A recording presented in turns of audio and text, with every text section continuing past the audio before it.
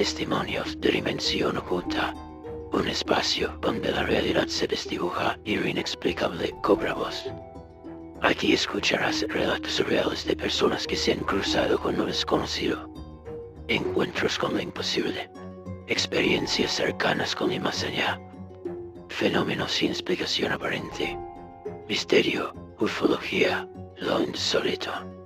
Todo cabe en esta dimensión. Porque a veces, lo que no se puede ver, se puede sentir. Comienza Testimonios de dimensión oculta.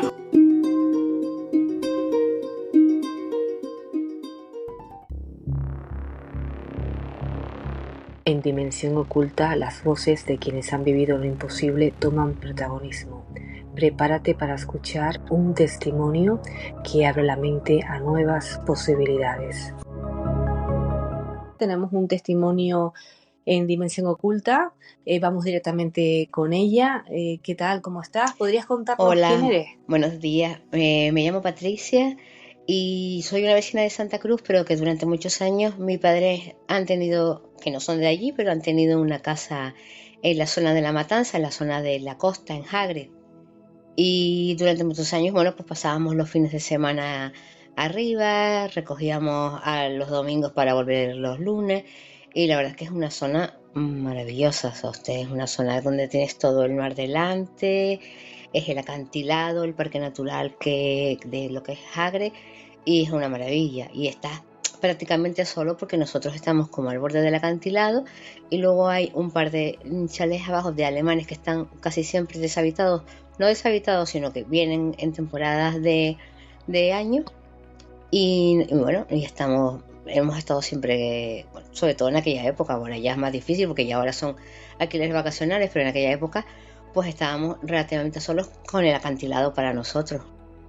Sí, normalmente, bueno, ahora como bien comentas, Patricia, está prácticamente todo masificado, pero habían zonas en Tenerife bastante tranquilas. Darte las gracias por compartir con todos nosotros tu testimonio. Hablamos de un avistamiento y me gustaría preguntarte, ¿te consideras una persona escéptica o estás abierta? No, yo soy una persona muy abierta a lo inexplicable, y te digo por qué, porque durante muchos años mi padre era muy aficionado a la ciencia ficción, y en mi casa, entre miles de lecturas, era muy aficionado a la lectura. En mi casa lo que era Premio Hugo, lo que era Clark, todos los autores de ciencia ficción, eso siempre ha estado en mi casa en lectura, pero desde pequeña. Con lo cual, siempre lo he visto como una cosa absolutamente normal y que podría suceder en cualquier momento.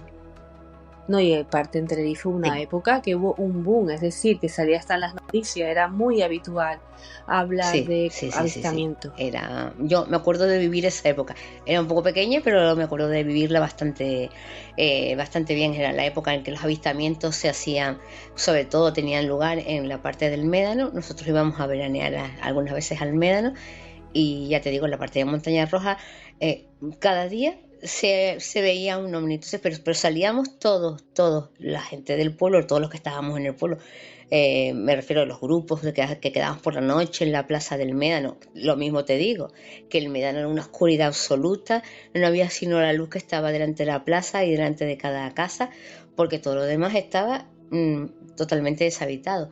Y salíamos con linternas por la orilla de la playa hasta Montaña Roja, pero te digo, con nuestras madres, que eran las que estaban, porque los padres eran los que trabajaban durante la semana en Santa Cruz, con nuestras madres, con nuestras abuelas, y todas hacíamos la gira por la orilla de la playa hasta la Montaña Roja a ver si veíamos algo. Era para habernos matado, ya te digo, pero mira. Bueno, una zona también bastante conocida dentro de las personas aficionadas a buscar avistamientos en la Montaña Roja, pero bueno, para los oyentes que seguro tienen mucha curiosidad sobre qué te pasó, cuál fue el momento donde ocurrió ese avistamiento, Patricia, ¿qué pues nos puedes eso contar? Sería, pues ya tuvo que haber sido, según me acuerdo yo, un domingo, porque ya estábamos recogiendo para venir a Santa Cruz. Estábamos metiendo las cosas en el coche, ¿sabes? Las bolsas de la comida, las cosas que quedaban de la casa que teníamos en La Matanza. Y de repente todo lo que es la finca se iluminó, como si la finca tuviera un agujero debajo. Y en realidad es que la luz salía del fondo, de debajo del acantilado donde está en la casa de mis padres. Y en un momento en que se iluminó toda la finca, y esa luz salió hacia arriba y permaneció, pues, te puedo decir, para mí fue una eternidad, pero a lo mejor pudieron haber sido unos 30, 40 segundos, un minuto. Permaneció estática en el cielo, como si estuviera mirando, como si estuviera grabando, como si fuera un dron, y con la misma iluminó absolutamente toda la zona y salió hacia arriba disparada. Y la gente empezaron a llamarse todos, a ver si se había visto. Al día siguiente se llamó a la televisión, se llamó a la radio, llamó a la gente del pueblo, muchísima gente había visto la luz, se había avistado a lo largo de todo el acantilado, toda la gente de Jagre habían visto la esfera de luz que había subido desde el acantilado, desde el mar, hacia arriba. Y Patricia, ¿de qué año estamos hablando? Te puedo decir que pudieron ser los años 90, finales de los 90. Sí, 90 y en los años 96, una cosa así, 96, 97. Una de las cosas que se suele comentar cuando se ve un objeto no identificado, ¿no?, de estas características, es la luz que desprende, ¿no? El tamaño de esa luz. Y no sé si en este caso, Patricia, notabas que hacía o escuchaste Pues la verdad es que no, porque se quedó como fue como si hiciera un vacío totalmente y nos quedáramos que no se oía ni el viento, que siempre en la zona hay viento porque es la orilla del acantilado, no se oía absolutamente nada. Mientras esa luz estuvo posada no se oía nada. Y después ya, cuando salió hacia arriba, entonces empezó otra vez el sonido. ¿Y qué tamaño? ¿Era de gran tamaño? Pues era una luz fija, blanca, de gran tamaño. Era como si fuera un foco en el cielo, un foco obloide en el cielo, pero que permanecía estático, que salió del acantilado, permaneció estático y con la misma se convirtió en un haz de luz y subió hacia el cielo. No era un avión, estaba claro, no había nada, absolutamente nada. No era un foco en el cielo porque estamos hablando de una zona desierta, no había ninguna torre de alta tensión, nada. Era una luz que iluminó absolutamente pues te puedo decir, pues 3.000 metros de finca. Bastante. Y bueno, ¿y qué sentiste, Patricia, cuando pues yo al principio sentí un poco de miedo, después me quedé como no me creía que me estuviera pasando a mí, pero no solo a mí, es que era mi padre, que toda su vida ha estado ¿sabes?, siempre metido en el tema de la ciencia ficción y tal. Mi padre desde ese día no fue la misma persona. O sea, él desde ese día siempre los esperó que volvieran. Compró un montón de aparatos, compró un telescopio que lo puso en la azotea para mirar el acantilado, compró unos sensores. Bueno, él estuvo toda su vida hasta que se murió esperando. Bueno, y nosotros nos reíamos de él, nos vacilábamos de él, porque decíamos, cuando él tenía algún problema, él no decía sino, quiero que me vengan a buscar los que vinieron la otra vez. Muy bien, entonces la sensación que tuvo él fue bastante te digo, positiva. Cambió muchísimo la vida de mi padre al verlo, porque fue como si los hubiera estado esperando toda la vida.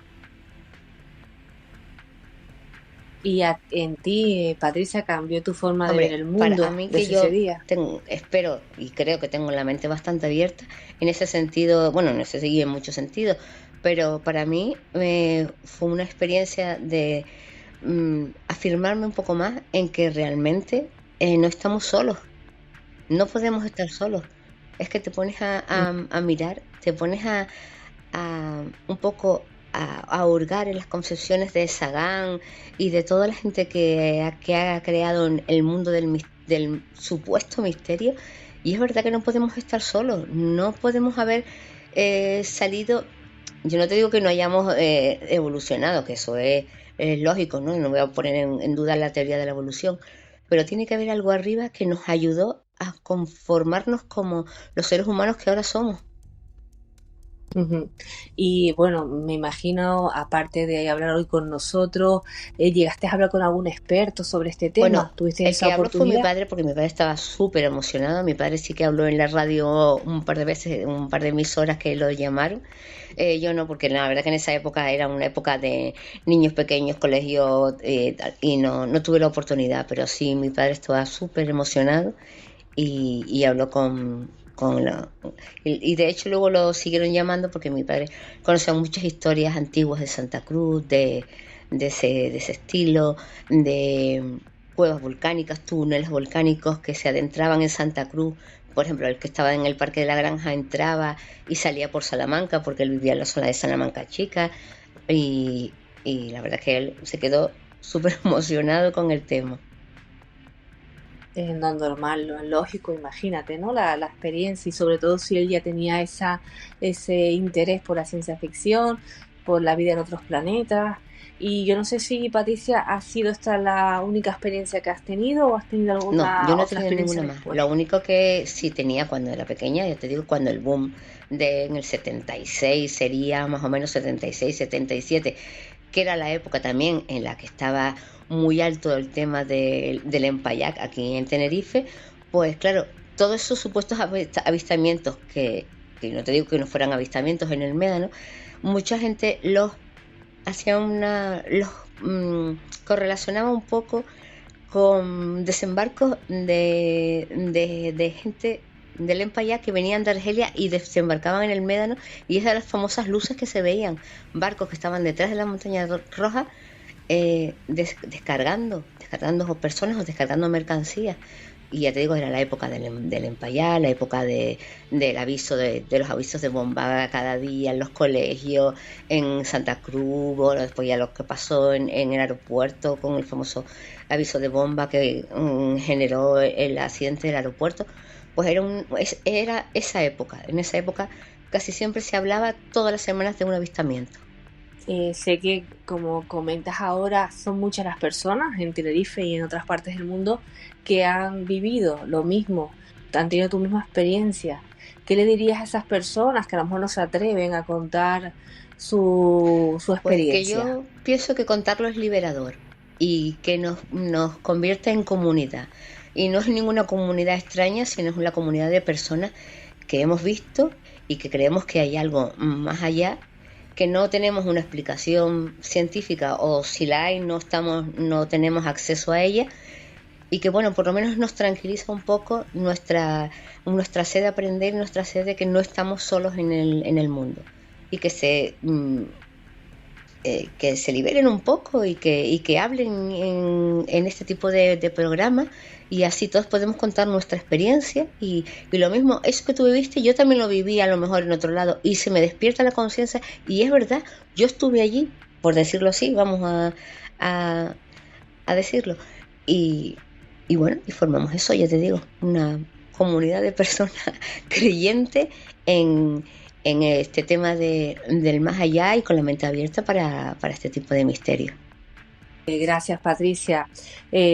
Bueno, te unes a tu padre, ¿no? En contar tu historia, así que nosotros desde aquí, desde Visión Oculta, te lo agradecemos bastante y estoy convencida que después de escucharte serán más personas también las que se animen a Pues contar su propia muchísimas gracias, experiencia. Carmen, muchísimas gracias a ti por darme la oportunidad, ya te digo, de liberarme de esta historia, y que esta historia quede en algún sitio, que no sea solamente en mis palabras y en contarlo y en contárselo a la gente.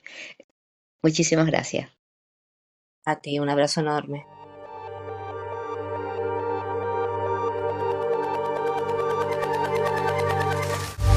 La verdad tiene muchas voces y la tuya también importa.